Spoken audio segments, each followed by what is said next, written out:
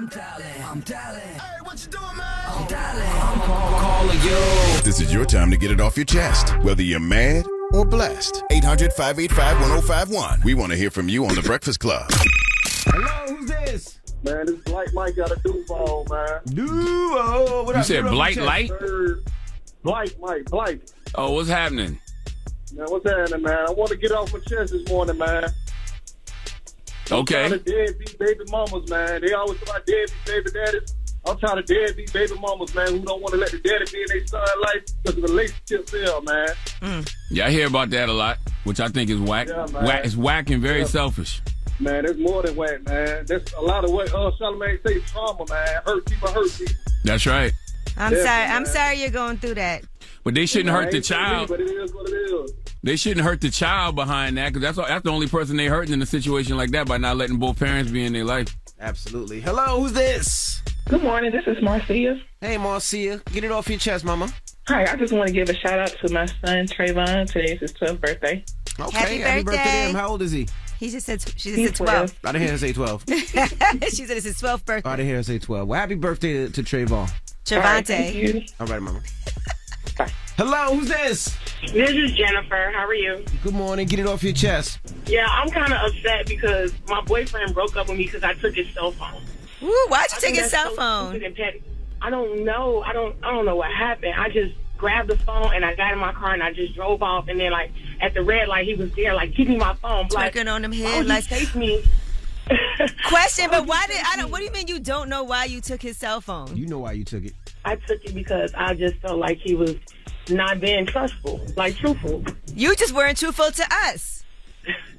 I know. I'm just saying, like, he was always texting and stuff at night, and it's like, why are you, like, who you calling, who you texting? So what'd you find in the phone? Can I ask you a simple question? Nothing. Exactly. But can I ask you a simple question? Why didn't you just wait till he go to sleep and then go through his phone? Like, why would you snatch it and then drive off? She ain't had a passcode. Y'all watch too many videos online. Like, had a you passcode. know, you see these videos online with people chasing the girls outside out the hospital and all this stupid stuff. Well, like, listen, for your No, phone, he people didn't chase me right away. He didn't even know I took it. Like, it was sitting there, and I grabbed it. I put it in my pocket. We talked, and I was like, all right, I'm leaving. I left. And then by the time I got to the red light, he was right behind me in his car, like, getting my phone. I'm like, dang. So let me ask you a question. So you didn't even get to look at it.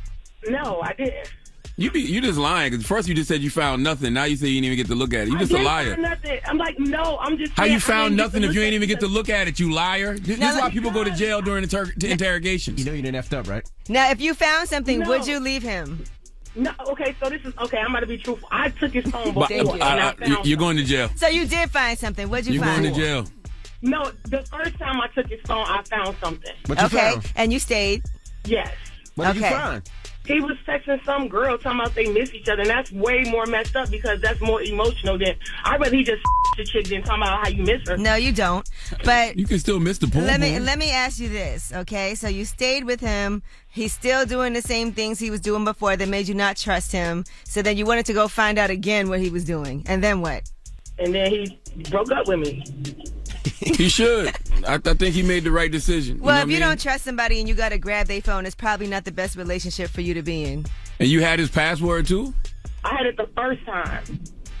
The second time I was trying to get into it, I ain't find nothing, but I could see, you know, the iPhone, you can see, like, you can see who called, but you really can't get in there. So I seen people calling him, but I'm gonna tell you something, man. This is why the first thing the police officers tell you is you have the right to remain silent. You done told us about 5 or 6 different inconsistencies in this story, man. I'm not going to lie. This sounds like good a one, very Mama. unpeaceful relationship. Have a good day before you get locked up. If I was an officer, you'd be going to jail with no bail. Get it off your chest. The Breakfast Club. Good morning. The Breakfast Club. Let's go. This is your time to get it off your chest, whether you're mad or blessed. Say it with your chest. We want to hear from you on The Breakfast Club. So if you got something on your mind, let it out. Hello, who's this? It's Neezy. Okay, Neezy. Talk to us. Get it off your chest. Yeah, I want to know why you and Charlamagne keep flirting on the radio every morning, man. Who flirting? I don't flirt with that man. No, ain't Why nobody y'all don't do flirting. that behind the scenes, man? Nobody flirt. What are you talking about, bro? If we did it behind the scenes, that'd be actually gay So and it's gay to be cheating doing it on air, our bro. wives, huh? It's gay to be doing it on air every morning. No, it's You not. don't want to hear that. You sure? Our kids don't want to hear that. Hear what? two men flirting with each other every day. Who flirting with him, man? I don't flirt with that, man. What's wrong with you? And both of y'all married. When did we flirt this morning, bro? Y'all women don't care about that? When did we Man, flirt have you this had morning? breakfast yet? Have you had breakfast this morning? Huh? Yeah, I just got to eat. Yeah. What'd you have? Some sausage? Little beef sausage, turkey sausage? How long was the link? Pork sausage. Sexual harassment, man. Why you sexual harass me? What are you talking about? I asked you what you had for breakfast. He just asked what you had for breakfast. You He asked if you had a stop, bro. You sausage gotta or stop maybe like a hot dog in the morning. We just asking. Did you have sausage this morning? No, not yet. Not yet. I'm having me a nice hard. Listen, I'm having a nice hard boiled egg for breakfast this morning. You sexual harassing me, so I'm sexual harassing you. I don't. You just asked me what I'm having for breakfast. I don't have a problem with it. I think I am gonna have some sausage in a little bit. I didn't ask you that. I asked you that. We not flirting on the air. Why you calling up here flirting with us right now? You sound jealous, bro. Baby, how do your kids feel, man? My kids don't listen in the morning, but I'm not flirting with no man anyway. What about a salad? You feel like you want to toss salad? How do your kids, teachers feel about you flirting with another man? Your kids' teachers feel about you? I don't know. I gotta ask them, but I don't flirt with another man. Man, that's sick, man. That's sick for y'all to be doing that every morning. We love you, brother. Yeah, we love you. Kiss. Have a great day. Mwah. He kissed you. You not gonna kiss him back? I'm filing sexual harassment or something. Hello. Hey. Hello. Who's this? Yo, what's up? This is Tyler calling back. Tyler, good morning. Calling back. From when? Good morning. I called in yesterday, man. Charlamagne cut me off because I ain't appreciate his attitude. I didn't cut you off. How I cut you off? You cut You cut me off, bro. Whoever did, Red. I was up there trying to get it off my chest. I was having a rough week, a hell of a weekend. You would like to say, Charlamagne, and all I was trying to do was just let the world know. Y'all was like, all you had to say was, man, y'all, I'm glad you're alive, King. That's it. That was not me that cut you off, bro. I don't. Cut you off. I don't even control the phone. Go ahead, Tyler. It's all good. Like I said, right? Hey, all I'm saying is, I got a clothing brand, man, and I'd appreciate some support because I did lose my job a couple weeks ago, and I'm just trying to get my brand off the ground so I can eat out here. You feel me? What's the name of the brand? The brand is called Dingo. Dingo 0925. I remember that. At his car shows. Yeah, that's what I'm saying. I know you remember. Everyone knows it, right? Yeah, you said everybody knows it. A lot of people know it. A lot of people know it. You feel me? But we're going to be worldwide real soon, and I would appreciate y'all support. Our website is dngo0925.com. I'd appreciate any and all support, man, for real. I'm just trying to do my thing out here, trying to be and start my own legacy and build something for my family. That's all I'm trying to do, man. Yes, sir. Get it off your chest. The Breakfast Club, good morning. The Breakfast Club. If you missed The Breakfast Club, you don't come from my world. It's dangerous. Check out this rewind. Morning, everybody. It's DJ MV Angela Yee, Charlamagne the Guy. We are The Breakfast Club. We got a special guest in the building. The living legend. Master P. Yes, sir. What's up, y'all? Now, P, I seen you came on with some sneakers. Now, are those sneakers the Zions? Yeah. Is that what we doing? This is the manadas, man. You know what I'm saying? Zion might have Nike or Adidas, but guess what? I got these for got the leopard print. That's the leopard. That's the high end fashion. Did Zion ever reply for the $20 million deal y'all put out there? You know what? I'm just saying. That's all I'm asking. You know what? If that's on him, though. Yeah. You know what I tell you all the time? You got to make product. We're not Nike. We don't own none of that stuff. Why we can't do this? And that's what this is about. Us creating a way and an opportunity for us. Now, Essence must have felt amazing for you this year because you guys did the screening for I Got the Hookup too, and it sold out. Yes. So what was it like screening that movie there? Yeah, did he call you? I didn't get a call. I didn't get a call. Damn, P. You know who did? We was down there too. Juju hit me, and she was like, "Hey, are you?" Y'all know y'all was invited. Now get out y'all feelings, y'all, for real. Yeah. Get out y'all feelings. Y'all worse than Tyler Perry. For real. I wanted to buy tickets, but it sold out. Let me tell you something. I bumped into Tyler Perry at the Essence. I'm thinking like, I don't really know, bro. I'm like, man, get out your feelings, dog. Like, I was thinking like, you had a run-in or something? No, I don't even, like, it's just the spirits wasn't right. You know, like, you from New Orleans, you think now I'm doing movies. I guess maybe like, man, now you doing movies now, whatever. But I've been doing movies. Right. So I bump into him and I'm thinking he's going to be, yeah, big brother, I'm proud of you. The movie, I got the hook up too. You know, the big screening was big. The whole city showed up, you know. It was just like awkward, like you was scared or something. Like, bro, you know, like, man, I'm happy for you. Yeah. You know, it's enough opportunity for all of us. Because really, I tell people all the time, it's really not that much money for us to make in filmmaking because we don't own that. Right. I heard the speech he said on BET and all that, man. But guess what? We talked, maybe because 7 years ago we talked like, look, man, we just hook up and do something. but then you don't show up. But that's my first time seeing him, so I forgot about all that. Right. So I'm just like, man, look, I'm thinking it's gonna be, like we done took the city over, like you said. Yeah, you seen it, yeah. but it was like, I don't know, dog. Like, you ain't invite him. See, he was mad he ain't get invited. You know too. what, dog? Y'all know y'all could just show up. He know he could just show up. But I'm That ain't just the kind saying, of thing you just show up at, though. I'm sure it was packed. it was crazy. To be honest with you, we brought Hollywood to New Orleans, and we did something that is history because this movie is owned by me and Romeo as a father and son to star in this film and also finance it. Like I said, it's only 5%. I mean, there's 5% of all the production owned by African Americans. 95%. That means we don't own nothing. So you see us on all these big films and all these big projects, but the real money is in the production. Even with me, I watch. I'm like, they don't really want us to own the production part. They want us to be in front of the camera. I had to really go. Take one. I just wanted to check it out. So I took a project, like a No Limit project, even to like a BET. I'm like, man, it was just hard to get it through the system. Even though I got the money and everything, it don't matter. It was like, and I went got another person of another color to go and went right through. Right. I'm Damn, like, that's crazy. That's crazy to me. And I'm just like you. I seen when you had Connie on, because I talked to Connie too, and I be telling her, like, you know what, you really have to get involved in this and really be about the change. Because I seen when you asked about the Nipsey Hussle thing, you ain't go too in detail with it, but I like what you said. Like, was Nipsey up for that before he passed? And she told you no. And I was like, that was crazy, because a humanitarian award. Like, we've been in the community for years, over 20-something years. Snoop Dogg, and y'all know Nipsey, my dog. Like, that's my boy. But I'm like, man, give people their flowers while they're here. Don't just get caught up into the hype thing. That's why I introduced you as a living legend. Yeah, but you know what? You remember Nipsey daddy was trying to say that. Why y'all didn't get that to my son while he was here? Yeah, right. You know what I'm saying? I just think that everybody get caught up whatever's hot instead of doing what's right. And that's my thing with Connie that I'm going to talk to her about. If she want to talk, if not, it's cool. But it's like, you got to be real. You got to be real. You can't do this. This man deserved a lot of this stuff while he was here. And I just think that for the humanitarian award, that was a big thing for, you know what I'm saying? Like last year. You could have got that last year. He should have. Yeah. I don't even think they knew who he was last year. He got into it with the guy at the thing. They was acting like they ain't know him. He slapped him. See? They had him perform at the pre-show with YG. Okay, so if that was me at 50 Cent, we wouldn't even be able to get into the BET Awards. Nope. This year. Yeah. Nope. Think about it. And then his music, it was crazy. His music was incredible last year. The year before that. It was the best rap album of the year. I said that numerous times. And guess what? Why you get it this year? Because that was already passed. The same album. Now, tell people all the time. Yep. That sold 52,000 copies when he first came out 2 years ago, and now it's gone to millions. So I just feel like, man, us as people, we got to be real. Like you say, we seen the thing with Tyler Perry talk about ownership, but man, look, we got to be real with each other. We got to come together. We got to stop.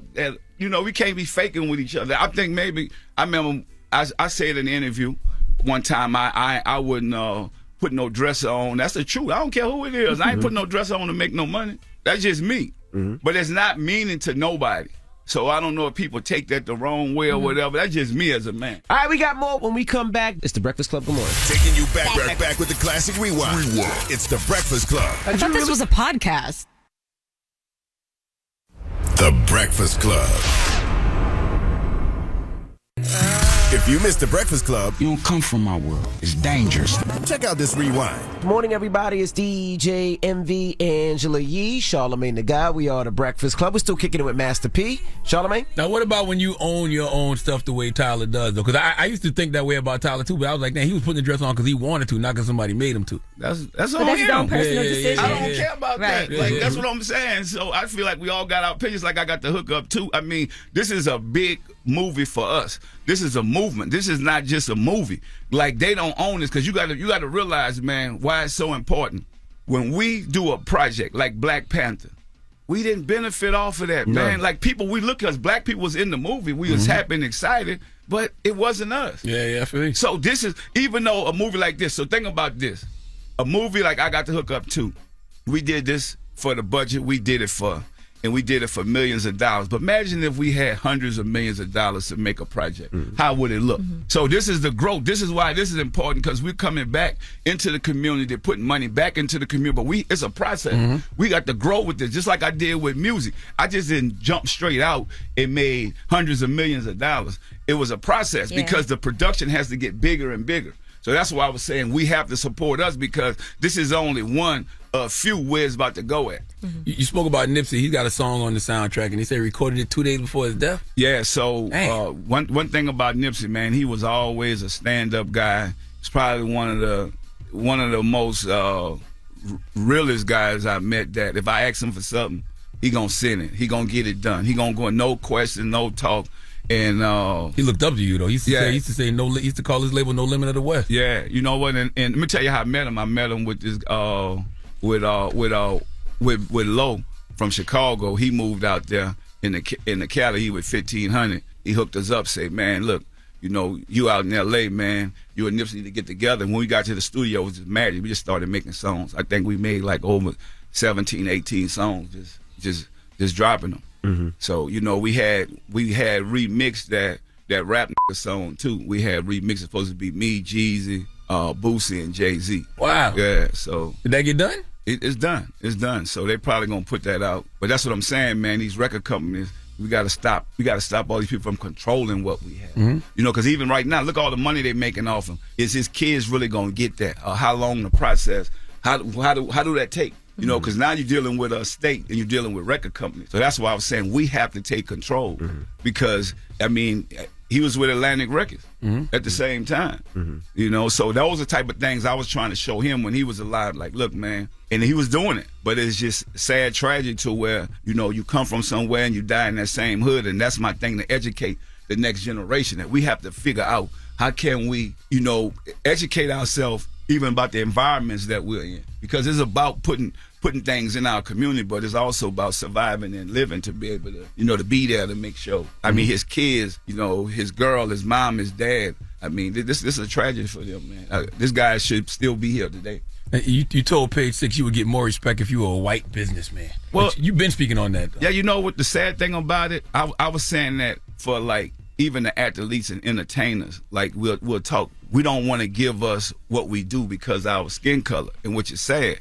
Or either like what we was talking about when we talked about Kodak, we'll give this guy 10 or 15% or even 20% with not even thinking about it. But with us, we gotta, what this for? And I mean, if I'm gonna go get you a deal, I deserve a percentage. Yeah, that's just business. Yeah, you don't even ask the white man no question. Nothing. Yeah. Just like right now, I mean, just like you said, it's like, I think even with him, I think after he get out of jail this time, he's going to wake up and see that these lawyers are robbing them. They are taking his money. I mean, he even posted up. It's like, so those are type of things. But you know, the lawyer going to come back and say, well, man, he was talking about the lip. Nah, man, that man know after a while you will see. Sometime God going to put you through something and you're going to see. Maybe you at a stage in your life where you don't want to see that. But you will eventually grow up and start saying, man, well, how much this cost? Because they're not doing it for free. Any of those lawyers, I mean, whether NBA young boy in jail, whoever in jail right now, those lawyers are not working for free. Right. They're going to get their money off top. They're going to suck every quarter you got until you don't have them no more. Then they're going to forget about you. Well, I Got the Hookup 2 comes out July 12th in theaters. Definitely go check it out. Purchase your tickets. If it's not in your area, buy tickets anyway and support. And you said they can stream it as well, right? Yeah. Go to iTunes and you can download it from there. Pre-order it now. All right. Well, it's Master P. We appreciate you for joining us. Yes, sir. It's The Breakfast Club. Good morning. Taking you back with the classic rewind. It's The Breakfast Club. I thought this was a podcast. Pick up the phone, baby. Call 800-585-1051 to join into the discussion with The Breakfast Club. Talk about it. Morning, everybody. It's DJ Envy, Angela Yee, Charlamagne the Guy. We are The Breakfast Club. Now, if you're just joining us, we're talking about Yee saying that male enhancements have been going up from plastic surgeons, right? Yes, they're getting their abs done and a little lipo, and they're also getting penis enlargements with fillers. That has to be tough, though, as a guy. Like, what can you really do, right? Are you there, God? It's me. I would like a bigger penis, and nothing happens. And so I must increase my thrust. But let's go to the phone lines. 800-585-1051. Hello, who's this? Melanie. It's Miss Melanie. Hi. Peace, Miss Melanie. Hey, Melanie. How are you? I'm good. How are you? Blessed, black, and highly favored. Now, if Amen. your How man blessed. said he wanted to increase his penis size, would you get that for him maybe for Christmas? Absolutely. There you go. What made you say that with no hesitation? She waiting for Christmas right now.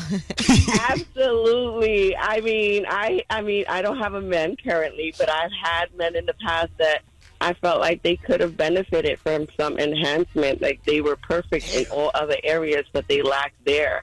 And I just feel like the same way a man is quick to be like, here, babe, go get your BBL and they'll pay for it. A woman should be able to say that too, or suggest that he gets enhanced without him feeling offended, because a lot of times they get offended, and it's like there's different options for you too to explore for yourself. But see, that gotta hurt. You tell a man he need a penis enhancement, that he don't got the money for it. Oh my God! Right? He like, well, you gonna pay for it? And she's like, yes. Jeez. Lord Yes, have mercy. because I will be benefiting from it. Thank you very much. But then what about when you break And then up you with be him? so You gonna ask mad for your, when, yep.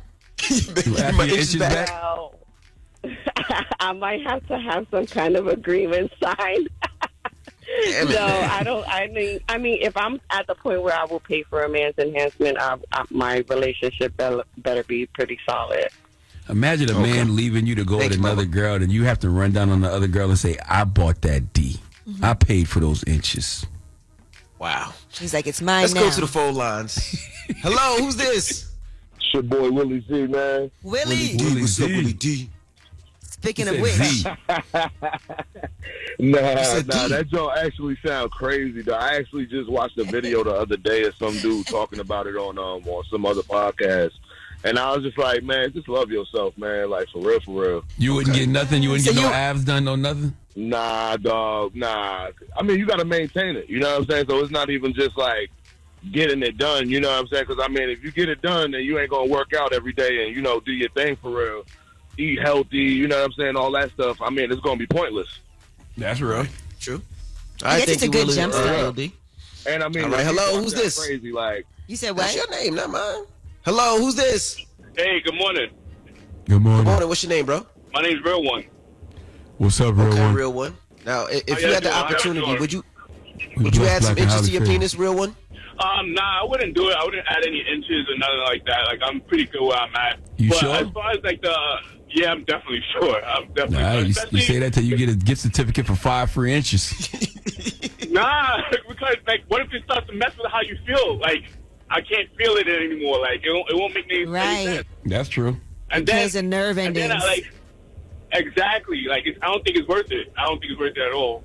And then the whole ab thing, it don't make no sense either, because if you're not eating right, you're gonna lose it anyway. That's You're gonna right. keep eating McDonald's and everything. It don't make no sense. Makes no sense whatsoever. If you're not going to change your habits and your lifestyle after you get that, it's pointless. Yeah, you wasting money. All right. Well, thank you. Okay, so it's a hard no for you. Let's go to another caller. One last one. Hello, who's this? Yo, this is Dre calling from out of Petersburg, Virginia. Okay, What Dre. up, Now, Dre? Dre, your girl just called and she said that she thinks that you need a couple of inches. So would you do it? I'm not doing that.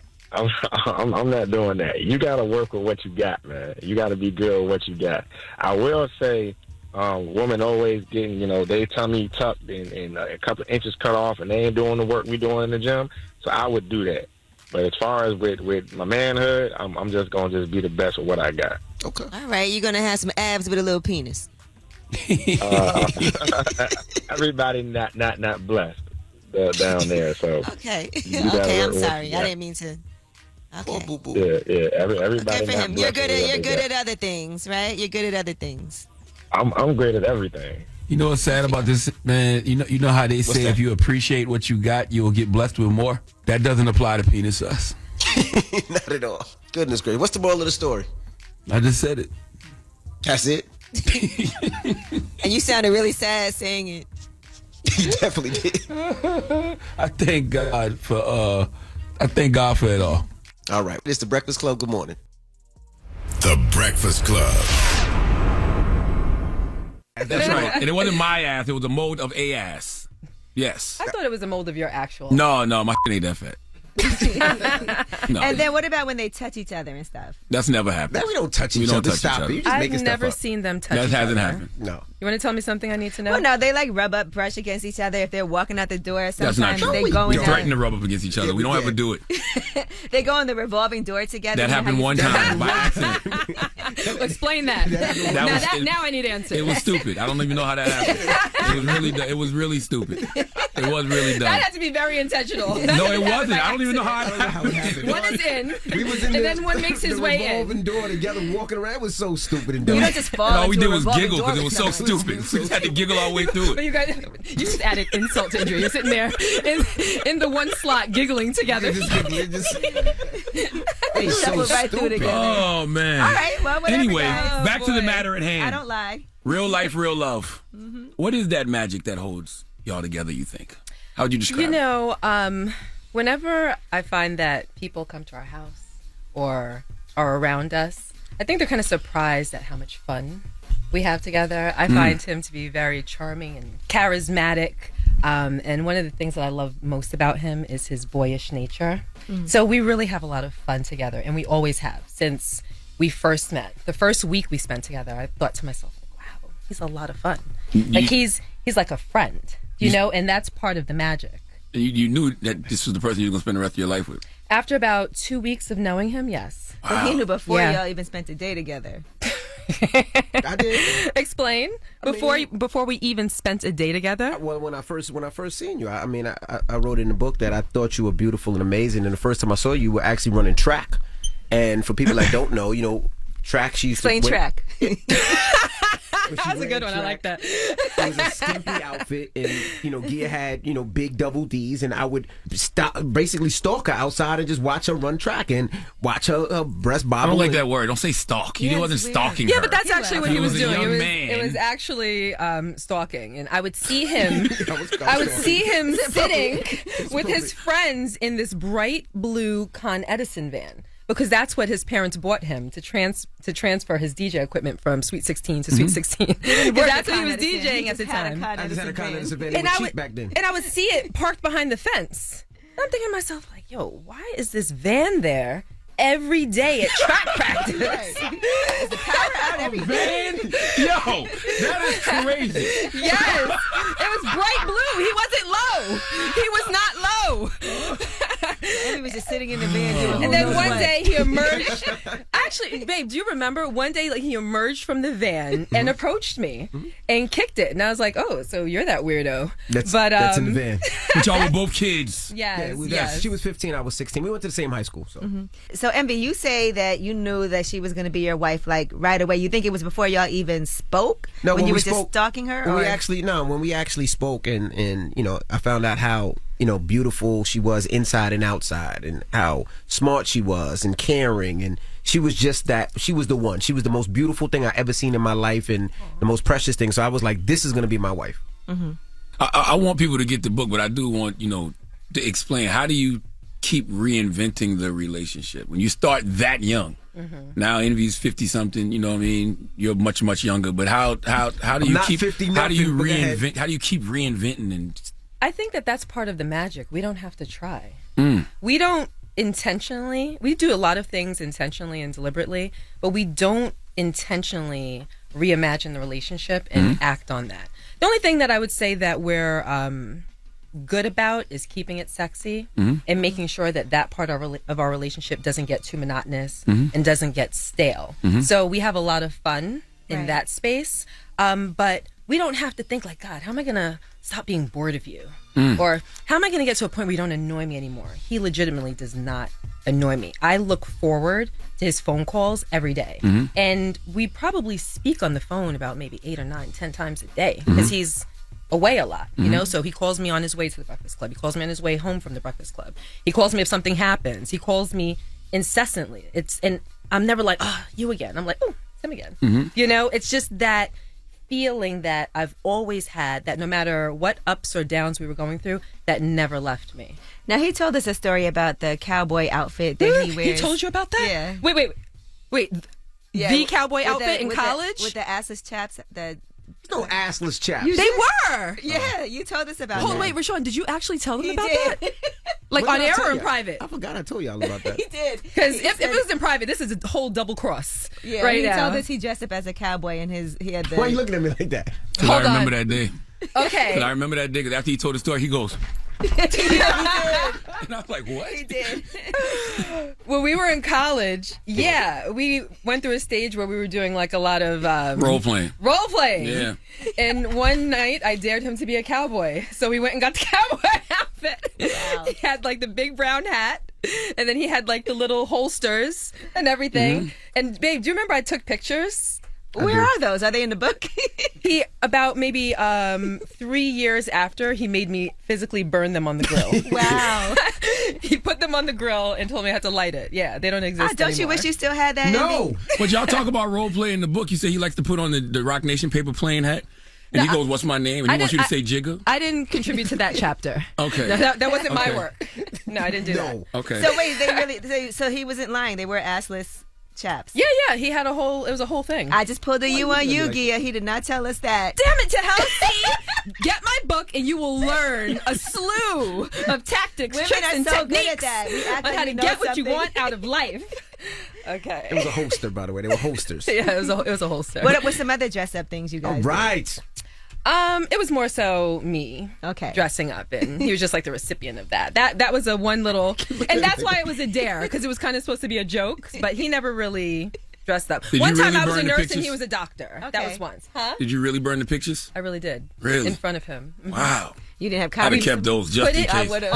Put those in the I have safe. the negatives. See, I Okay, wasn't going to share okay. that. But in Okay, case anything okay. ever goes left in our relationship, is no I have that. I will negative. ruin his entire reputation. Or I'll never be able to work again. It might cross him over to a new audience. Goodness gracious.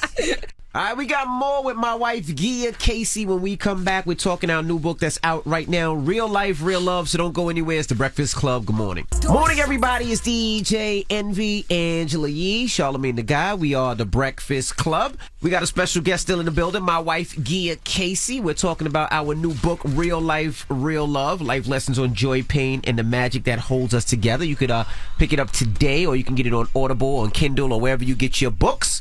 Yee. How was it for both of you writing this book together? Some of it was fun. It was nice to be creative and get your thoughts down on paper. It was work, but a lot of it was difficult. I'm a very open person.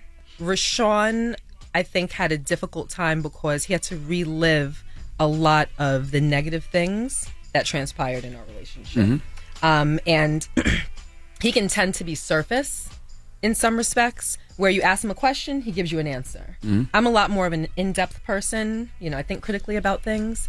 And when we would go over these chapters that he's assigned to write, I would ask him questions like, okay, you can't just answer it with a yes or a no or a simple blanket. Like, one question would mean 10 more questions to really get to the meat. And, I had to keep reiterating, we're writing this book so that people have something tangible, a reference point for them to make changes in their lives if necessary, or to recognize that the person that you're with needs to make changes in their lives. And it was a journey. It was a journey, but I think it was difficult. Yeah, no, for me it was difficult. I had to relive a lot of the F-boy ish I put you through. And you forget about a lot of it because you don't have to relive it. But then when you start reliving, you forget about a lot. You ain't forget. I ain't forget nothing. But I think I think as men, that's the point, though, right? Because it's like we don't realize how much we do hurt our women when we do Is those that things. true, though? Yeah, I think so. I don't think we realize how deep that That sounds pain like an goes. okie doke to me. No, I don't think until you actually sit down and have those, uncomfortable conversations, you don't realize how much you infected If your your woman. wife cheated on you and told you that she would have no idea how much that it stood to hurt you, would that make sense to you? Probably not, but I mean, men don't make sense. You believe that? You believe that you're born inherently with like a deficit. Not a deficit, but I just don't Of think common sense. I don't think we're thinking about it. You know what I mean? Like that's the sad part. It's selfish. And that's what It is selfish. that's what keeps you from doing it in the future. You know what I mean? Because you do not want to hurt the woman that you love. And it's so crazy because I saw that with my pops. Like I saw the pain that caused my mom with his infidelity. So in my mind, I was like, damn, I'm about to make the same mistake. So I think it is difficult when you got to relive it because you don't want to talk about it because you don't want to trigger you. Some people feel... I don't get triggered though. Damn. What? No, that scared me just now. That's about to call security. Right? No, once I got to a point, and it was a process. Once I got to a point where I accepted that it was my job to move on because I decided to forgive him, and because he had done all of the work and then some to regain my trust, to earn grace from me. I got to a point where I no longer wanted to punish, and I didn't have that to hurt. And anytime that I felt any type of way, I made sure that he felt some type of way. So once I learned how to forgive, and that was a process because I wasn't necessarily a forgiving person. Before, everything was very black and white to me, not very much gray. But once I learned and I understood that that's what was expected from me of God, I had to commit to that and do my best to live up to what forgiveness meant. And that's what set me free. Because when you forgive, you don't forgive to ease the burden from the other person. You forgive to ease the burden from you. That's real. What was the work you guys did together? Like, you had to work on forgiveness. And when you said, okay, I'm going to, have to move on from this. But what was the work that he did that let you know, okay, he's serious, and, I can finally just say, I'm not getting triggered anymore. I'm going to let this go. One of the first things was I realized that he understood the impact of what had happened, what he did. He understood it. He didn't just accept it and was accountable for it, but he actually understood. He would do things that a lot of men wouldn't do. He would sit there through those 8-hour conversations locked in a room. He answered every question that I had. And I had a lot of questions. And he answered them all truthfully. And, when you ask somebody a question, and you can tell by their answer because, the answers weren't pretty. Right. They weren't things that I would have wanted to hear. He went through all of the sufferation, as I call it, and he did it until. Because a lot of guys, when they mess up, and a lot of them have told me, I have friends and that have gone through it, it's like, listen, I did it, I apologize, I said I was never going to do it again, I mean that ish. Right. But it's like every day I'm being punished, I'm being reminded. It's like, let it go, I apologize. Like, what more do you want from me? Blood? He never took that approach with me. It was the until you are good, until you are healed. If I have to be a punching bag, I will be that. If I have to be a doormat, I will be that. I will do anything that it makes to survive this because I cannot be without you. And he proved it every single day. It was as though, and he was like this before, but it was even more so during this time. It was as though he communicated to me that the only thing that he wanted was to make me happy. And that's pretty much how he lives his life. He lives his life every day, waking up thinking like, damn, how can I make Gia's life easier today? How can I make Gia happier today? But to answer your question, it was the until, it was the indefinite, and it was the willingness to do any and everything to earn what he lost back. And was there ever a question in your mind? I know there was a point when you thought, no matter what I do, she's never gonna take me back. Was there ever a time when you were like, you cry, I'm gonna come over there and hug you. I'm just letting you know. You better hold them tears. I'm gonna hug the shit out of you from the back if you cry in front of your wife. And then flex your pelvis. But yes, to answer your question, yes. Catch that little feel. At that point, I just, I didn't know what was gonna happen, but I was like, I have to be honest to at least get my friend back. And at that point, I didn't know what Gia was going to do. I thought it was a wrap, but I was like, I still wanted my friend. I still wanted somebody I can talk to. I still wanted a relationship with her that we can bounce things. Like this, she's all I knew since I was 16. So I still wanted my friend back. And she's Jamaican. That could have been forever beef. That could have been forever. But it's interesting that you didn't kick him out of the house. You were still polite to him. You still wanted to maintain a co-parenting friendship. I feel like that hurts more when you're like, we're not having sex. And I might end up with somebody else one day, but, we're cool. That hurts more, I think, sometimes than just completely, like, being nasty to somebody and cutting them off.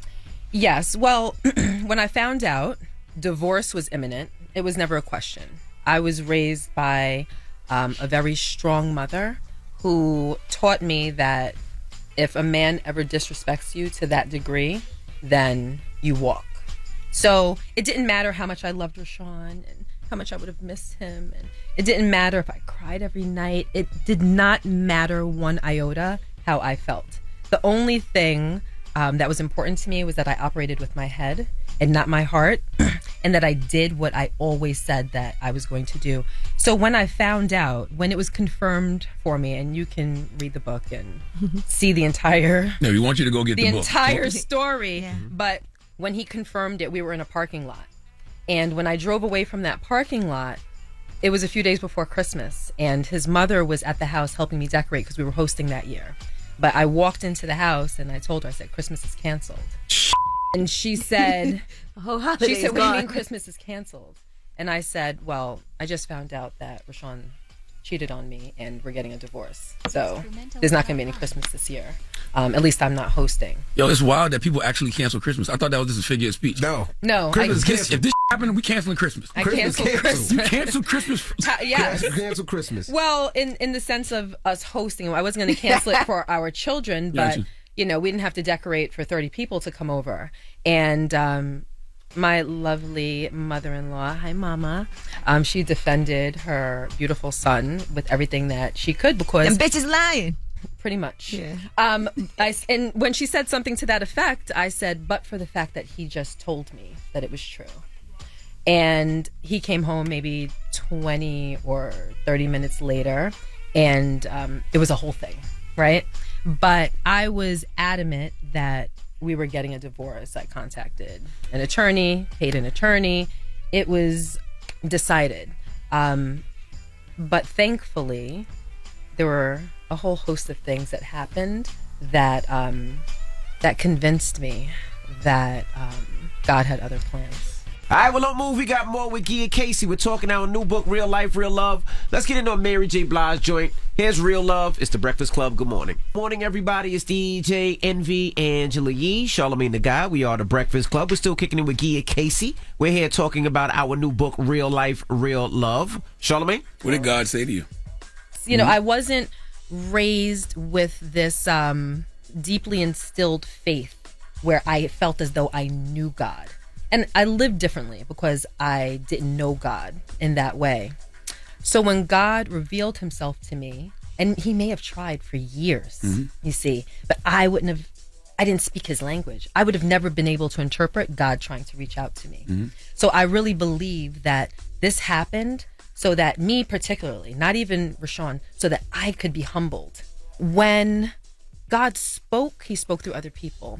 And when I found out what happened, it's funny, we were being approached for reality shows at the time. And when he took someone's terrible advice to apologize to me on the radio.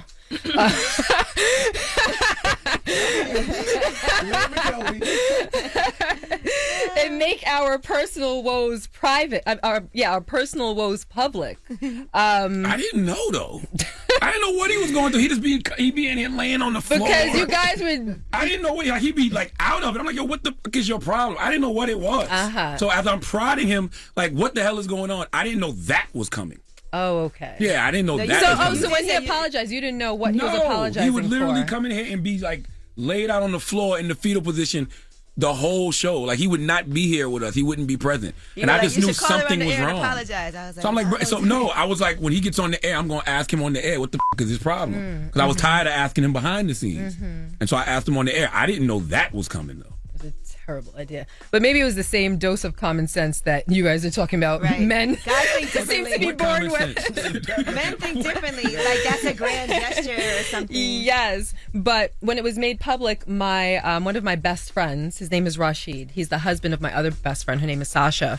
He called to see if what he had heard was true because he thought that maybe it was just something being drummed up because we're supposed to be on a reality show or something like that. And when he called, I said, no, everything that you heard is absolutely true.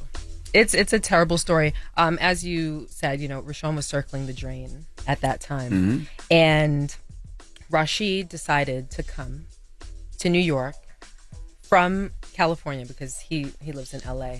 But we had a horrible event happen at our home, and you can read about it in the book. But mind you, Rashid didn't like me. Rashid, he always thought our relationship was toxic, which you were too controlling. He thought I was too controlling, which I was at times. But so he didn't like me. So the fact that he flew and to try to save this relationship meant a lot because he already didn't like me. I thought you said Tyrese saved the relationship. That too. Well, That's coming. That was the sign. We telling too much.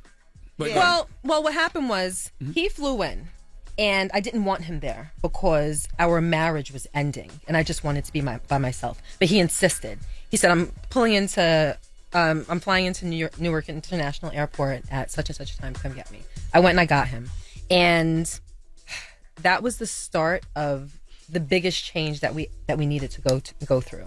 He came to our house, and I said, why are you here? And he said, God sent me here. I said, of all people, you're the only person in our lives that didn't champion our marriage. You're the only one that ever told me that maybe he's not the right person for me. Why you? He said, Gia, I don't know.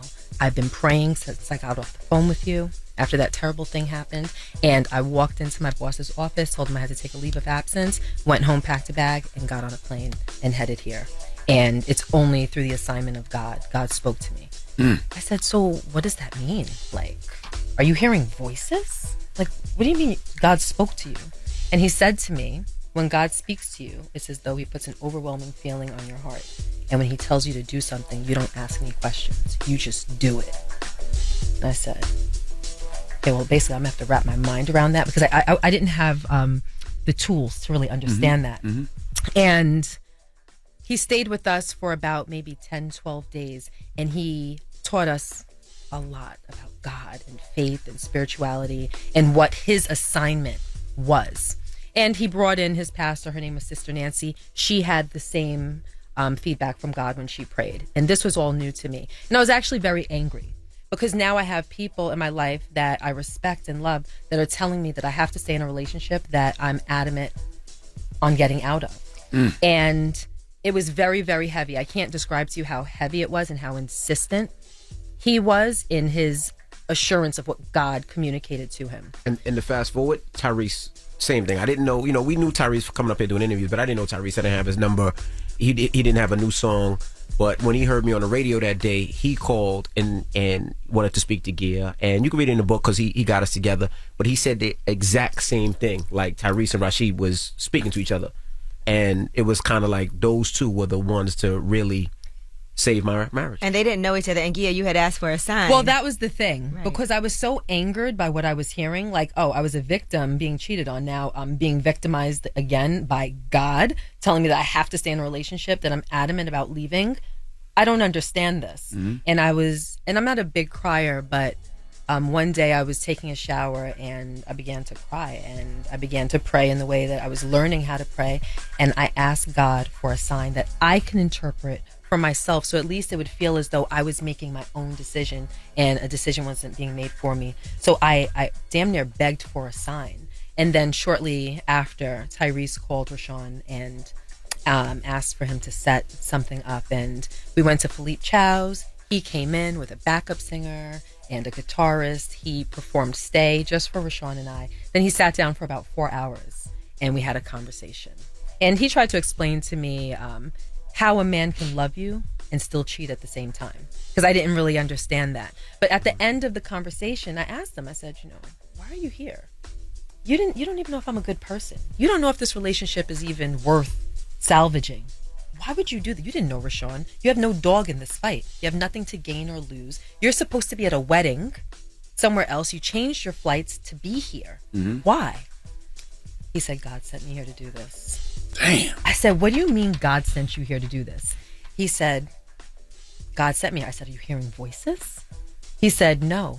And then he reiterated verbatim exactly what Rashid said to me in my kitchen that day. And I had to ask Tyrese, I said, is that like in the Bible? Is that what you just said? Is that like a thing that people know? And he said, no. I'm just telling you how I feel. Like, what do you mean? And at that moment, I just like threw my hands up and I said, like, okay. And I looked at Rashawn and I said, I forgive you. I don't know what that means. I will work on this with you. I don't know how long that will take. I will do what I'm now believing is required of me, but we're going to be in for a ride because I'm not really there, but I can commit to you in this moment because there is not that much coincidence in the world for what just happened. Thank you, God. Yes. I'm sorry, Gia. I'm sorry to my wife too. I just feel like apologizing. This is just a triggering conversation. I just feel like apologizing. I'm sorry to all women who've been cheated. All right, we got more with my wife, Gia Casey. When we come back, we're talking our new book that's out right now, Real Life, Real Love. So don't go anywhere. It's The Breakfast Club. Good morning. Morning, everybody. It's DJ Envy, Angela Yee, Charlamagne the Guy. We are The Breakfast Club. We got a special guest still in the building, my wife, Gia Casey. We're talking about our new book, Real Life, Real Love, Life Lessons on Joy, Pain, and the Magic That Holds Us Together. You could pick it up today, or you can get it on Audible, on Kindle, or wherever you get your books. Yee. Envy, let me ask you, because, you know, for women, we always are like, and like you said, Tyrese was having a conversation how a man can't cheat on you but still love you. Yeah. But why? Like, you know, that's something that for women, we always want to know. And I'm sure you had so many conversations. Well, I still don't like his answer. I don't necessarily agree with what Tyrese said. I really feel that until you know the definition of what love really means, I think a lot of times people just say, I love you, and, I love you. But until you understand the definition of what love means, then you realize, if I love somebody, like I say, you don't want to hurt them. You don't want to cheat on them. You don't want to disrespect them. You don't want to have them looking crazy because you love that person. And I don't think I knew the definition of love. Mm-hmm. But when I figured that definition out of what love is and what Gia meant to me, you know, you realize I don't want to hurt her. I don't want to see her cry. I don't want to see her feel away. I don't want to disrespect her. I don't want to be controlling. I don't want to be any of those things. And when you realize what that definition is, your outlook of life changes. I agree with Envy, and I'll add on, because I've explored this in therapy. When you say you can cheat and still love a person, you might, but you don't really love yourself. Yeah. I think a lot of times, all the time, men cheat for ego. Oh, yeah. Like that's it. It's wounded ego. It's something that we're lacking. It has nothing to do with our wives, nothing to do with our girlfriends. It's something that we feel like we're lacking for whatever reason. And that's what we go and do. It's literally just to feed our ego. Mm-hmm. Nothing more, nothing less. You think women cheat for the same reason as men, or you think it's different? Like when women cheat, you think they cheat for different reasons? I think women also cheat for ego. Mm-hmm. Who doesn't like to have the attention of the opposite sex? You know, especially when you are at a deficit and you do have holes and you need those holes filled. Mm-hmm. And most people have slight holes. You know, not that you're out there thirsty for the attention of the opposite sex, but even if it's of the same sex, when someone pays you a compliment, like, it's nice to be wanted is essentially what I'm saying. So for women, yeah, I mean, I think that if you're with someone and you cheat, I think a big part of it is ego. But then, you know, you'll have people that say that they cheat because the person at home isn't doing what they're supposed to do, you know? And we have a son, Logan, he's 18. So he's starting to date seriously and whatnot now. And I had a conversation with him the other day. And I said, listen, if you commit to a girl and you make her your girlfriend, one thing I do not want you to do is cheat. Do not come to me and tell me that you guys broke up because you cheated on her, because I've raised you better than that. If you decide that you want something else, or she's not satisfying whatever needs you have, break up with her and move on to the next. And if within a week you feel the same way about that girl, break up with her and move on to the next. Do not cheat, because you're sacrificing your own integrity when you do that. And that's pretty much a sign of really not loving yourself. When you love yourself, you want to be self-actualized. You want to be your best self. Right. You want to reach your highest potential. You want to be a good person. And you owe that to yourself. You don't necessarily owe it to the other person. You owe it to yourself to do those things. And that's what I'm trying to instill in him as my oldest male child, you know? One of the biggest things I think that came out of this was all the work that he did do on himself. And he was suicidal at a point. That's we know that, right? Yes. I don't think that was all because of what was going on with you. I think it was, like I said, it was other things that he was dealing with inside of him that probably got him to that point. Yes, we would have to ask him, because we've never had a conversation of it being about anything besides the threat of losing our relationship. I would say this. I would say, you know, I used to look at people who committed suicide as soft and sucker. Like, that's what society made you think. Until I got into that predicament where I felt like my life, everybody's life around me would be better if I wasn't here. And I couldn't shake it. And majority of it was losing my wife, losing my family, losing the thing that I knew and that I loved. And I really feel like I didn't want to be there. And I guess it was everything else that we said, like the insecurities that made me do it, the insecurities around me. And I just didn't know who I was as a person. Ooh, that's powerful.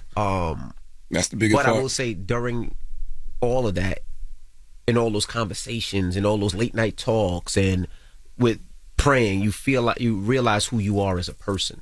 And once you figure that out, you figure out who you want to be, who you want to live like, and you don't care about anything else. You know, at one time I used to care what people thought. Now I don't care. As long as my wife and my family's happy, everything else is just white noise behind it. Just think about how much stronger you guys are as individuals, and your marriage is so much stronger after everything you've been through. Oh yeah, oh yeah, yeah. And he said something powerful too, because this business will have you living a lie, because we're characters, Yeah. right? So we create these characters that kind of protect the Rashawn and protect the Leonard, and we go home and we one way, but then we out in the street being another way. But you can't do both. Eventually, that negative is going to catch up. Yeah. So that's why I think he was going through, like, not only just the threat of losing you, but just like, who am I? Was that hard for you? Having this dual personality almost? Yeah, absolutely, because I mean, like, nothing's better now than to not care what people think. You know, I would have to think freedom. Freedom. I would have to think about what I was saying on radio and how it would affect me, how people would look at me. I would have to think about this or think about that instead of just being free and say, hey, it is what it is. Take it how you like it. If you like me, you like me. If you love me, you love me. If you hate me, you hate me. And once I got to that place, life became a whole lot better.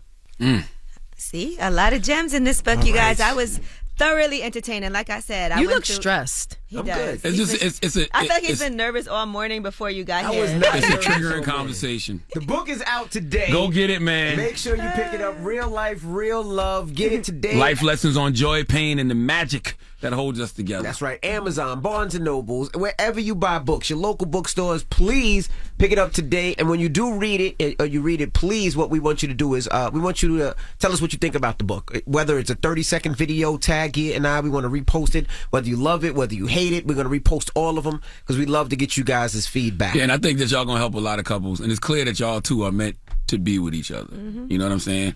One of my favorite chapters is called The New Deal, and it's pretty much about reparations that the offender has to make after offending their partner. And it's those things that will help to signal to your partner that you just may be worthy of forgiveness and being extended grace. So what are those reparations? The first thing people are going to say is, oh, that's why he does the 12 days of Christmas.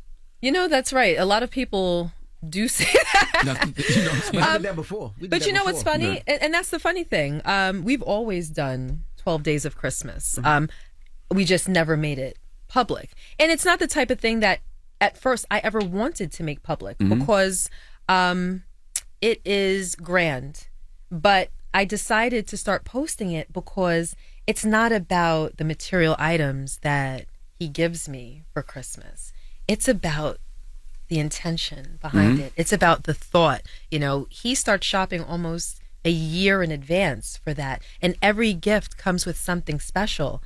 A little note, a little treasure hunt to find the gift, a prayer, a poem, something that is giving of his heart, not giving of his pocket. And that's why when you read the book and you hear y'all talk, that's why you understand why he got so upset at Jesus and Mero. That's Yes. correct. You know what I'm saying? Because y'all relationship is so much deeper than that. Of course, you know, because with their comment, it almost to me suggests as though there's nothing else worthy about him. That's right. That would signal me to stay aside from what he has to offer financially. And it's a joke, right? But we all know that all jokes are rooted in some truth. And that's what I think their truth was, looking at it from an outsider. I wasn't some Jackie come lately and met somebody with money and was like, ooh, come up. We ground it out from day one. I was always there and supporting him and loving him. And if he failed and wound up being a secretary or anything, followed another path, I would still be there. Yeah, I think he'd been a proctologist. A proctologist? He does it on the side. Did that take it took a beat to get that? I can't believe he's flirting with me with my wife. What are you talking about? I'm just suggesting other career options that you could have taken. That's all. I can't believe he's flirting with me with my wife here. It's like, you're disrespectful. Real life, real love. Thank you for having me, guys. That's right. Pick it up today. And it's The Breakfast Club. Good morning. No, you got to tell this guest I love you before you sign off. Yes. Dear Casey, thank you for joining us. I love you. I love you too. I love you way more than Charlamagne. It's The Breakfast Club. Good morning. donkey of the day. Donkeys of the day, ask Charlamagne. I'm a Democrat, so being donkey of the day is a little bit of a mixed one. So like a donkey. Hee-haw. Okay. Donkey of the day. The Breakfast Club, bitches. Now, I've been called a lot in my 23 years, but donkey of the day is a new one. Donkey of the day goes to a 29-year-old woman in Louisiana named Jenna Lisa Lawrence. Now, Jenna Lisa Lawrence is wanted for attempted second-degree murder. Her bond is $150,000, and police believe she fled from Louisiana to Dallas because that's where she's from, or that's what they thought. She's actually turned herself in since then. Second-degree murder. Well, what did this young queen do to catch that charge? Well, Jenna Lisa is what I like to call a peace disruptor, an agitator of auras, the type that cannot allow a spirit to just be still. Oh, yes, we all have those kinds of people in our lives. Do you understand at 42 years old, all I want to do is protect my peace by any means necessary? My mental health diet is very important. If what I'm taking in does not nourish my mental health, I don't allow it in my space. My peace is non-negotiable. I'm not going anywhere I don't want to be. I'm not doing anything I don't want to do, and I'm damn sure not going to talk or be around anyone I don't want to be with. See, some people like Jenna Lisa just want to argue. I know the type. They enter your space and can't wait to get into a back and forth with you. Now, I love me a good debate, okay? But sometimes, you know what I'm saying, I don't. And that's why sometimes when people text you certain things looking for a debate, an argument, a back and forth, whatever you want to call it, if I don't ignore it completely, I just reply back, okay, that's growth. But see, that's not enough for a peace disruptor like Jenna Lisa. No. People like that will not stop until you go back and forth with them. And as a wise man named Little Duval once told us, I'm living my best life, ain't going back and forth with you. Ain't going back and forth with you now. That ain't going back and forth part is very important. But once again, an agitator of auras like Jenna Lisa, she not having it. She won't stop until she transfers that negative energy that exists within her into you. That's the law of energy, kids. Sir Isaac Newton said it best. The law of energy is never lost or destroyed, just merely transferred from one party to the next. And that's exactly what Jenna Lisa was trying to do. See, according to Action News 2 in Atlanta, Jenna Lisa was upset because her boyfriend refused to argue with her. Did you hear me? Jenna Lisa was upset because her boyfriend refused to argue with her. Jenna Lisa, do you know how many women would love to have a man who doesn't argue with them? Do you know how many women would love to have a man who didn't pick a fight about every little thing? It's some women driving to work right now, listening to Donkey of the Day, angry because their man picked a fight with them last night or first thing this morning. They was up arguing about something stupid. I promise you this quarantine has tested the strength of so many relationships, has tested the patience in so many relationships. And so many people have sat around and asked themselves repeatedly, what are we arguing about now? Because they have a significant other who absolutely, positively, always has to find something to argue about. Meanwhile, Jenna Lisa, you have a man who doesn't want to argue with you. He's probably chanting to himself. Spiritually disciplined brother who's trying to be the best version of himself, okay? Attempting to have heightened energy and more sensitivity towards others. Nice, compassionate Buddha chant. Just listen.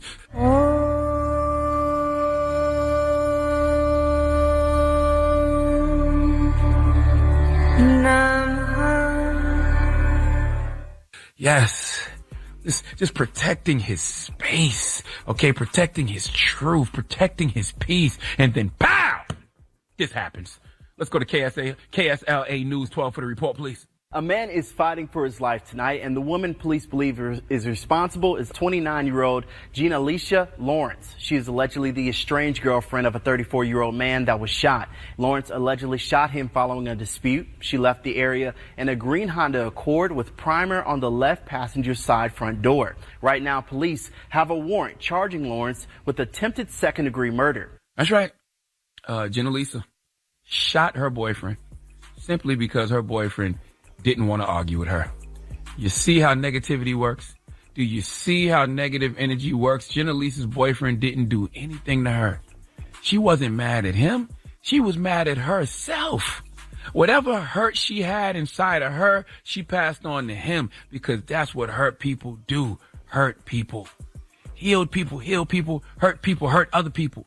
I respect the boyfriend because clearly he's farther along in his journey of healing than she is, because she likes discomfort so much. She likes disruption so much that she was upset her boyfriend wouldn't give her back what she was trying to serve him. Oh, you just gonna walk around here peaceful. You just gonna be happy in my presence? What's going so good in your life that you don't want to argue with me? What is this Hakuna Matata thing you talking about? Let me tell you what that is, Jenna Lisa. It's called making a choice. And when you are protecting your peace, you have to make the choice to not allow anybody to make you angry. Don't let them disturb your peace of mind or upset you. Don't give your power away to another king or queen. You decide your mood, not them.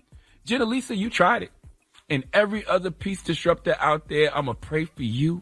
I want you to get healing. And to all my brothers and sisters out there that are attempting to be the best versions of themselves, living their best lives, protecting their peace, I want to tell you, please, please, please protect your peace today and every day. Rise above any ignorance and don't allow someone else's misery to steal your joy. Please give Jenna Lisa Lawrence the sweet sounds of the Hamiltons. Oh, now you are the donkey of the day. You are the donkey of the day. Yee-haw. All right. Well, thank you for that donkey of the day, Charlamagne. That's right. The Breakfast Club. Wake that ass up. In the morning. Check out this Breakfast Club Rewind. Morning, everybody. It's DJ Envy, Angela Yee, Charlamagne the Guy. We are the Breakfast Club. We got a special guest in the building. Yes, sir. Her. What's up? Good morning, Good her. morning, Good morning. How are you? I'm good. It's bright and early. It is. You don't like getting up this early? I'm not a morning person, but I just came back from the UK, so I'm good. Okay. So congratulations to you, because you've been having a phenomenal past couple Amazing of years. year. Thank you. Yeah, it's been crazy, honestly. So how many instruments do you play? I play mainly guitar, keys, bass, and drums. Damn. Now, let's start from the beginning. A lot of people don't know. How did you get into the music industry? I know you were signed at like the age of 14. How did you start? How did you get into the industry? Man, I mean, it's a long story, but I've been doing music for a really long time. My dad was a musician just for fun, and I was singing as a young kid, and things just happened the way they were supposed to happen. The stars kind of aligned for me, and I was doing meetings and stuff at a very young age. People saw me, singing and playing Alicia Keys songs as a young girl, like on YouTube and stuff. And eventually I got signed to RCA when I was 14, and, I had the time to develop and figure out who I was as a person and grow into. They held you that long? Yeah. Absolutely. They would have dropped you. Oh, pretty much. I mean, when you're 14, you don't know who you are yet. You don't know even who you want to be. So Who's seen the talent that early? Man, I mean, my parents, number one, but there were so many people. MBK Entertainment, they built Alicia Keys' career.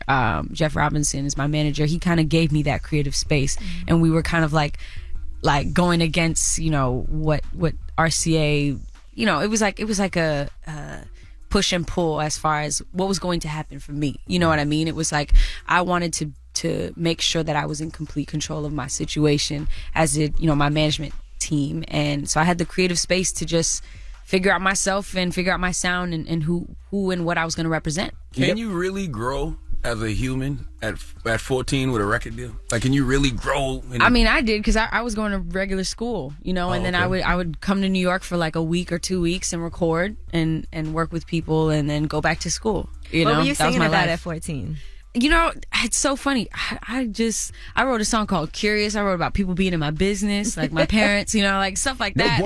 Parents, they weren't in your business. It's called being a parent. Right, exactly. No boyfriend stuff, though. No boyfriend stuff. So you wrote all your own music? Absolutely. Always. Absolutely. I've been a writer. I'm a poet, as well as a writer, and I kind of, they go hand in hand. And you never got discouraged being signed so early and not really taking off to No, a lot later? Absolutely. I mean, after a few years, it's like, okay, when am I going to put out music? When am I going to figure this out? Who am I? What am I going to do as far as my career is concerned? And so when I graduated high school, or before I graduated high school, I'm like, am I going to go to college or am I going to be in this music thing 100%? So there were frustrations there, and watching everybody else that was signed to my management company, it was K. Michelle and Brandy and Alicia Keys and Elle Varner and all these people, and Justine Skye, like all these great artists doing their thing, and me kind of like sitting on the sideline, at their shows, kind of like waiting my turn, like, okay, pretty soon I'm gonna have music out, I'm gonna be doing shows, I'm gonna be doing this. And I was being patient, and I finally decided, like, all right, I'm gonna just be in this 100%. My parents supported me. So what does a teenager know about patience? Right, what did I know about patience? That's I don't rare. know, man. I love music so much, and there was nothing else I wanted to do. I feel like, as a young child, with the label telling you should be like this and you should be like that would be hard in your formidable years, because everybody's trying to tell you what to be instead of just letting you be. Man, it is definitely difficult. And that's why I always preach to people, like, no matter what anybody tells you, surround yourself with people that are going to embrace who you are and see the potential in what you can be and not what you should be, or something that is modeled, like something that you should be modeled after, or manufactured into. That was my whole thing. Like, I'm gonna just find my voice and figure out my truth and present that. What made you hide your identity for so long? I mean, it wasn't so much of a hiding my identity. It was more so like focusing on the music. Like, I didn't want people to know how old I am. I didn't want people to know my ethnicity, and I didn't want people to like see my face, or have any assumption. We focus on all the superficial things and what's happening now, and I just wanted people to focus on the music and the message. And now people of all ages have kind of taken my music and made it their diary, like, oh, they feel connected to it because they don't know anything about me. All right, we got more with her when we come back. Don't move. It's the Breakfast Club. Good morning. Taking you back with the classic rewind. It's the Breakfast Club. I thought this was a podcast. If you missed the Breakfast Club, You don't come from my world. It's dangerous. check out this rewind. Morning, everybody. It's DJ Envy, Angela Yee, Charlamagne the God. We are the Breakfast Club. We have R&B recording artist Hurt. Now, Charlamagne, How did your career change when you revealed your identity? I didn't really reveal it. They were speculating. Oh, you know who that is? I Right, think right. that's- Yeah. I mean, I never was like, hey, ta-da, you know what I mean? Like, here I am with those face. right, exactly. I mean, you see me a lot more, and at this point, I don't think it even matters who I am, what my name is, or anything, because people are in love with the music. That was the point to begin with, and people are still falling in love with it, regardless of knowing what I look like or anything. So nobody can slide in your DMs, huh? No. Why? No. People be signing my DMs. You can get the little requests sometimes. you be checking them? Sometimes. Depends, Why don't you follow nobody? Because I'm not really like I don't really be on social media like that. She Like, don't want to I'll see all post- that mess on her timeline. Right. I still keep up, a little bit. It's on the Explore page, but I don't really, People start getting salty, like, why you don't follow me back? Or why, You can't follow Daniel Caesar or nobody? Nah, I'm not following anybody. Do you miss what's the word? Anonymity? What's the word? Anonymity. There you go. You know what I'm talking about. Do you miss Being people not anonymous. knowing Just say who you being are? anonymous. You should have said it just like that. You could have said it like that. Anonymity. Sometimes, I guess I expected this. I kind of mentally prepared for whatever would happen. I'm just happy to do music. Like, it doesn't matter. I think sometimes I do. Like, I try to be low key. I take the glasses off, because if I have them on, then you recognize me and put my hair back, walk around like, wait a minute, and I'm like, yeah, like my cover's blown. So how do you deal with relationships now? Because it's different now. Now they know who you are. They know your face. I don't know. It's hard to know if somebody really loves you for you. They don't. You know what? Not anymore. You know what? There are people out there. You're hurt That's now. so negative. Listen. That is so negative. The truth. Listen. You got to be very, very careful. Honestly, whatever it is, whatever situation I get into, love takes time. When people show you who they are, you pay attention. You ever They're had supposed any to be- corny lines like, hey, her, I want to be your him? Yeah, all There the was a time. him. They always do that. Actually, an artist did come out as Talking him. about a guy trying to holler at her. Yes, all the time. Yeah. All the time. Charlamagne's thinking about his corny lines that he would have had back No, in the but day. what's the corniest one? That is the corniest That is the one. one. That's That the hit it one. spot on. You hit it right on the nose. Right. How do you respond to that? I don't respond. I just be like, oh, okay, all right. I can't hear out of the side of my head. What made you name yourself after a whole pronoun? So it's kind of a long story, but when I was, 15, 16, I used to, look at other women, my high school or my big people I consider my big sisters, and I would say, I'm never gonna, make the mistakes that they're making. I'm never gonna fall in love with this guy and fall for the wrong guy and all this stuff, right? And I became her. I became that girl. Plus, we have to go through things on our own sometimes. Absolutely. You watch people make mistakes and you would wish we could learn from the mistakes of other people. But sometimes we have to find you're out. in something and it doesn't, you're like, how did I get here? Exactly. But I'm here. So it's like you got a little bit of other women in you, so to speak? I mean, I would say... I am her, kind of? Right. So we all, as women, when we're, even from high school to adulthood, we experience similar changes. We have shared experiences. Right. We have feelings. We've all fell for that wrong guy or that guy that was no good, and we knew he was no good. So it's just that connection that all women have. Well, you're from LA, right? Well, I'm from the Bay Area. The Bay Area. See, people in New York always think California is just LA. Nah, just Charlamagne. He just got it wrong. I didn't know you was from the Bay. Mm-hmm, yeah, I'm from the Bay. Okay. Vallejo, E40, Sly. Yeah. Mac Dre. Yeah. How did Nipsey's death impact you, being from the West? It's really sad because when you see somebody doing really good for the community and they're gone, it's just like you feel like there's a missing piece. That's kind of how I felt. Yeah, it feel weird, right? Like this one hits a little different. Yeah, it's a bit different. It affected everybody in some way. Just the energy kind of changed when we all found out. Sheesh. Her got to get up out of here, guys. She's supposed to leave 10 minutes ago. I've been ignoring the label over here, capping me. He's just ignoring them. What white outlet are they rushing you off to? You know what? I don't know. Where are we going? They like they want you to be on time for the white outlets, but I'm they just working. breeze you through the black ones.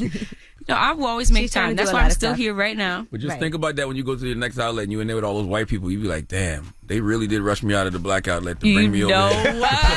to play guitar, dance. All right. Goodness gracious. Well, her, thank you for joining. Thank you, her. Thank you. Good Continued luck with success. everything. Thank you so much. All Yes, right. it was a pleasure. We're so happy. And thank you for your donation that you made to Change for Change. You were actually the first person to call up and make a donation when we did our fundraiser. So we appreciate That was That's her? crazy. Yeah. Yeah, that Thank was her. you. Oh, my goodness. Her, That's literally. her. That was her. All Thank right. you guys. Appreciate it. It's the Breakfast Club. It's her. Taking you back with the classic rewind. It's the Breakfast Club. I thought this was a podcast. It's topic time.